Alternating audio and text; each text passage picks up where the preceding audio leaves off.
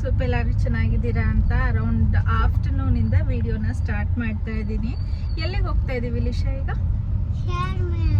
Chairman ಏನಕ್ಕೆ ಹೋಗ್ತಾ ಇರೋದು? ತಿನ್ನಕ್ಕೆ. 1 ವೀಕ್ ಅಷ್ಟೇ ನಮಗೆ ಫ್ರೀ, ನನಗೆ ಎಸ್ಪೆಷಲಿ ಫ್ರೀಯಾಗಿ ಏನು ಬೇಕೋ ಅದು ತಿನ್ನಕ್ಕಿರೋದು. ಯಾಕಂದರೆ ಇನ್ನೇನು ಇನ್ನು 1 ವೀಕಲ್ಲಿ ನನ್ನ ಡೆಲಿವರಿ ಕೂಡ ಪ್ಲ್ಯಾನ್ ಮಾಡ್ತಾ ಇದ್ದೀವಿ. 11th ಅಂತ ಅಂದ್ಕೊಂಡಿದ್ದೀವಿ. ಅದಕ್ಕೂ ಮುಂಚೆನೇ ಆದರೆ ಏನು ಮಾಡೋದಕ್ಕಾಗಲ್ಲ. ಸೊ ಇವಾಗ ಮನೆ ಹತ್ರನೇ ಚೇರ್ಮನ್ಸಿಗೆ ಹೋಗಿ ಬರೋಣ, ತುಂಬ ದೂರನೂ ಕೂಡ ಹೋಗೋದಕ್ಕಾಗಲ್ಲ. ಸೊ ಲಿಶುನು ಕರ್ಕೊಂಡು ಚೇರ್ಮನ್ಗೆ ಹೋಗಿ ಬರೋಣ ಅಂತ ಹೋಗ್ತಾ ಇದ್ದೀವಿ. ಇಷ್ಟನಾ ನಿಂಗೆ ಚೇರ್ಮನ್ಗೆ ಹೋಗೋಕ್ಕೆ? ಲಾಸ್ಟ್ ಟೈಮ್ ಹೋಗಿದ್ವಿ ನಾನು, ನಮ್ಮ ಅಕ್ಕ ಅವರೆಲ್ಲ. ಅವತ್ತು ವಿಡಿಯೋ ಏನು ಮಾಡೋಕ್ಕೆ ಹೋಗಿರಲಿಲ್ಲ, ಜಸ್ಟ್ ಒಂದು ಮಿನಿ ವ್ಲಾಗಲ್ಲಿ ನಾನು ಆ ಕ್ಲಿಪ್ಪಿಂಗ್ನ ಆ್ಯಡ್ ಮಾಡಿದ್ದೆ ಅಷ್ಟೇ. ಇವತ್ತು ನಾವು 3 ಜನ. ಹೇಗೂ ಶರಣ್ಗೆ ಇವತ್ತು ಆಫ್ ಇತ್ತು, ಫ್ರೈಡೇ ಅಲ್ವಾ ಇವತ್ತೇನದು May 1 ಇರೋದ್ರಿಂದ ಕಾರ್ಮಿಕರ ದಿನಾಚರಣೆ. ಸೊ ಅವ್ರಿಗೂ ಕೂಡ ಆಫ್ ಇತ್ತು. ಸೊ ಹೋಗಿ ಬರೋಣ. ಹೇಗೂ ಸುಮ್ಮನೆ ಇದ್ವಿ ಮನೇಲಿ, ಬೋರ್ ಆಗ್ತಿತ್ತು ಅಲ್ವಾ ಲಿಶಾ? ಲಿಶುಗಂತೂ ತುಂಬಾನೇ ಬೋರ್ ಆಗ್ತಿದೆ. ಏನಕ್ಕೆ ಅಂದರೆ ನಮ್ಮ ಅಕ್ಕನ ಮಕ್ಕಳಿಲ್ಲ ಅಲ್ವಾ, ಭುವಿ ಡಿಂಪು ಇಲ್ಲ, ಅದಕ್ಕೆ ಬೋರ್ ಆಗ್ತಿದೆ. ಟ್ರಿಪ್ಪಿಗೆ ಹೋಗಿದ್ದಾರಾ? ನಾವ್ಯಾವಾಗ ಟ್ರಿಪ್ಪಿಗೆ ಹೋಗೋಣ? ಬೇಬಿ ಆಚೆ ಬಂದ್ಮೇಲೆ ಎಲ್ಲಿಗೆ ಹೋಗ್ಬೇಕು ನೀನು?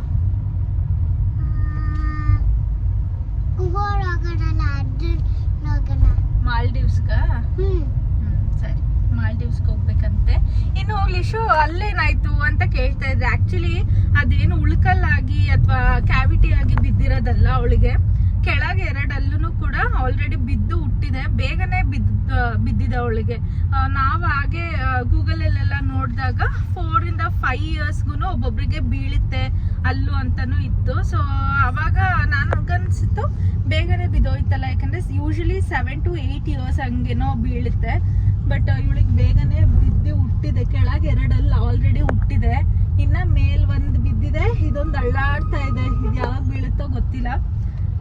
ಸೊ ಲಿಶುಗೆ ಬೇಗ ಅಲ್ಲಿ ಬಿದ್ದು ಹುಟ್ಟಿದೆ. ಅದೇನು ಎಂತಾರಲ್ಲ, ನೆತ್ತಿ ಏನೋ ಗಟ್ಟಿ ಇದ್ರೆ ಅಥವಾ ಸ್ಮೂತ್ ಇದ್ರೆ ಏನೋ ಬೇಗ ಹುಟ್ಟುತ್ತೆ ಅಂತಾರೋ ಏನೋ ಗೊತ್ತಿಲ್ಲ. ಅದು ನನಗೆ ಫಸ್ಟ್ ಅವಳಿಗೆ 1 ಅಲ್ಲಿ ಬಿದ್ದಾಗ ನಮ್ಮ ಅಮ್ಮ ಎಲ್ಲ ಹೇಳ್ತಾ ಇದ್ರು, ನಂಗೆ ಸರಿಯಾಗಿ ನೆನಪಿಲ್ಲ ಅದೇನು ಅಂತ. ಸೊ ಹಾಗೆ ಇವಳಿಗೆ ಕ್ಯಾವಿಟಿ ಆಗಿ ಬಿದ್ದಿರೋದಲ್ಲ, ಮತ್ತೆ ಇವಳಲ್ಲೂ ಕೂಡ ಚೆನ್ನಾಗೇ ಇತ್ತು. ರೀಸೆಂಟ್ ಆಗಿ ಅದು ಕ್ಯಾವಿಟೀಸ್ ಅಷ್ಟೊಂದು ಆಗಿರೋದು.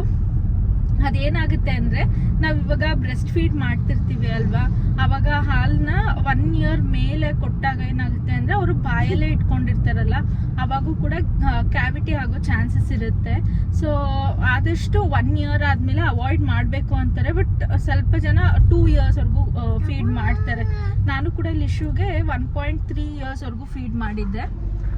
1.3 1.4 ವರ್ಗೂ ಫೀಡ್ ಮಾಡಿದ್ದೆ. ಅದಾದ್ಮೇಲೆ ಅವಳು ನಾರ್ಮಲ್ ಮಿಲ್ಕ್ ಕೂಡ ನೈಟ್ ಎಲ್ಲ ಕುಡಿತಿದ್ಲು.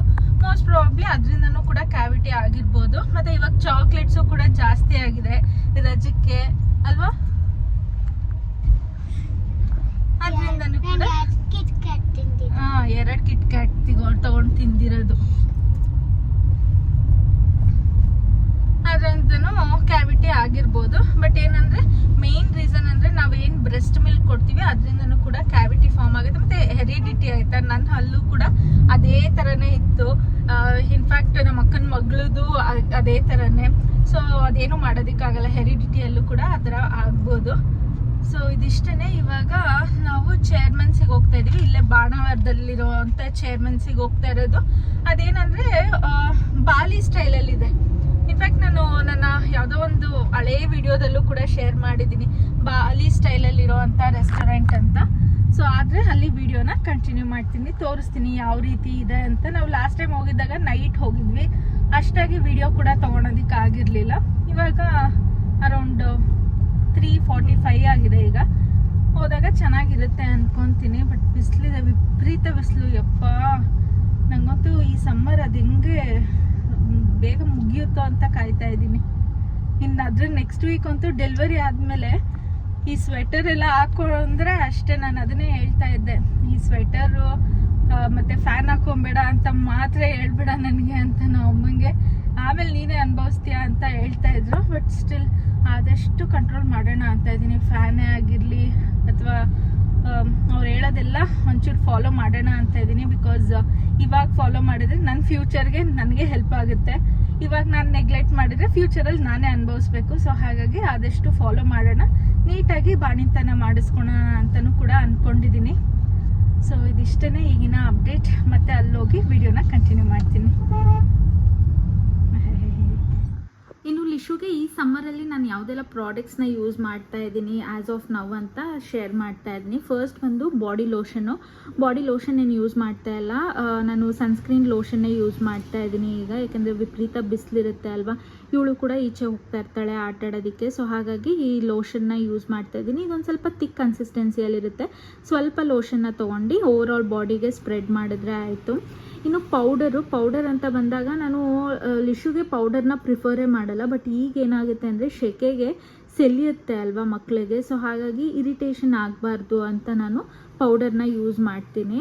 ಸೇಫರ್ ಸೈಡ್ಗೆ ಜಾಸ್ತಿ ರ್ಯಾಷಸ್ ಥರ ಏನಾದರೂ ಆಗಿದೆ ಅಂದಾಗೆಲ್ಲ ಪೌಡರ್ನ ಹಾಕ್ತೀನಿ. ಯಾಕೆಂದರೆ ಇವಾಗೇನು ರ್ಯಾಷ್ ಕ್ರೀಮ್ ಎಲ್ಲ ಏನೂ ಹಚ್ಚೋದಕ್ಕೆ ಹೋಗಲ್ಲ. ಸೊ ಸ್ವಲ್ಪ ಪೌಡರ್ನ ಹಾಕ್ತೀನಿ. ಸೊ ಇದು ಆಪ್ಷನಲ್ಲು, ಇದು ಯಾವಾಗಲೂ ಏನೂ ಹಾಕೋದಕ್ಕೆ ಹೋಗಲ್ಲ. ಇನ್ನು ಆ್ಯಸ್ ಯೂಶುವಲ್ ನಿಮ್ಮೆಲ್ಲರಿಗೂ ಗೊತ್ತಿರೋ ಹಂಗೆ ಫೇಸಿಗೆ ನಾನು ಯಾವುದೇ ಥರ ಬೇರೆ ಕ್ರೀಮ್ನೇನು ಚೇಂಜ್ ಮಾಡೋಕ್ಕೆ ಹೋಗಿಲ್ಲ. ಸಬಾಮೇಡ್ದೇ ಯೂಸ್ ಮಾಡ್ತಿರೋದು. ಇದು ರ್ಯಾಪರ್ ಕಿತ್ತಾಕ್ಬಿಟ್ಟಿದ್ದಾಳೆ. ಇನ್ನು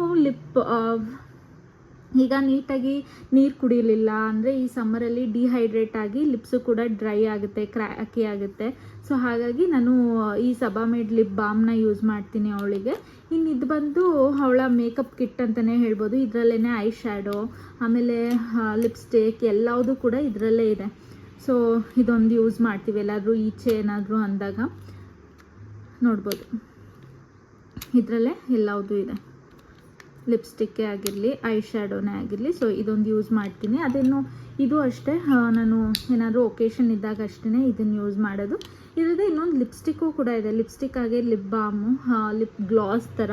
ಅದನ್ನು ನನ್ನ ಪ್ರೀವಿಯಸ್ ವೀಡಿಯೋಸಲ್ಲಿ ನಾನು ಶೇರ್ ಮಾಡಿದ್ದೀನಿ ನಿಮ್ಗೆ ಆಲ್ರೆಡಿ. ಇದೆಲ್ಲದ್ರ ಲಿಂಕ್ನ ನಾನು ಡಿಸ್ಕ್ರಿಪ್ಷನಲ್ಲಿ ಹಾಕಿರ್ತೀನಿ, ಆಯಿತಾ, ಚೆಕ್ಔಟ್ ಮಾಡಿ. ಇನ್ನು ಬಾಡಿ ವಾಶ್ನ ಯೂಸ್ ಮಾಡ್ತೀನಿ, ಇಲ್ಲಾಂದರೆ ಸೋಪ್. ಆ್ಯಸ್ ಯೂಶುವಲ್ ಇವಾಗಂತೂ ಸೆಕೆ ಅಲ್ವಾ, ಬಾಡಿ ವಾಶ್ಗಿನ್ನ ಸೋಪೇ ಬೆಸ್ಟ್ ಅಂತ ನಾನು ಸೋಪೇ ಯೂಸ್ ಮಾಡ್ತೀನಿ ಅವಳಿಗೆ. ಅದನ್ನು ಕೂಡ ಸಬಾಮೇಡ್ ಅಥವಾ ಮಾಮಾ ಅರ್ತ್ ಯೂಸ್ ಮಾಡ್ತೀನಿ, ಇಲ್ಲಾಂದರೆ ಹಿಮಾಲಯ. ಈ ಮೂರರಲ್ಲಿ ಒಂದು ಯಾವುದಾದ್ರೂ ಯೂಸ್ ಮಾಡ್ತೀನಿ. ಆ ಮೂರು ಕೂಡ ಅವಳಿಗೆ ಸೆಟ್ ಆಗಿದೆ. ಸೊ ಹಾಗಾಗಿ ಇರು ಬರ್ತಾರೆ, ಬಾಯಿಲಿ ಎಂದೆ. ಲಿಶು ರೋಡು ಬಾಯಿಲಿ.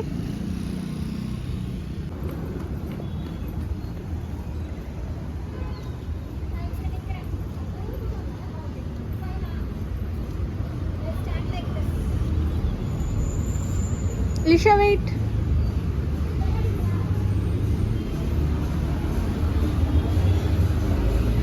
Bye, Ilba.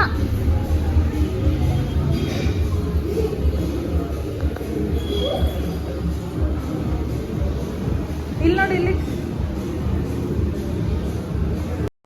ಇನ್ನು ಶರಣ್ ಕಾರ್ನ ಪಾರ್ಕ್ ಮಾಡೋದಕ್ಕೆ ಹೋಗಿದ್ರು. ಸೊ ಇವಳನ್ನ ರೋಡಲ್ಲಿ ಹಿಡಿಯೋದು ತುಂಬಾ ಕಷ್ಟ ಆಗ್ತಿತ್ತು. ಸೊ ಒಳಗೆ ಕರ್ಕೊಂಬಂದೆ. ಅಷ್ಟೆಲ್ಲ ಅವರು ಕೂಡ ಬಂದರು.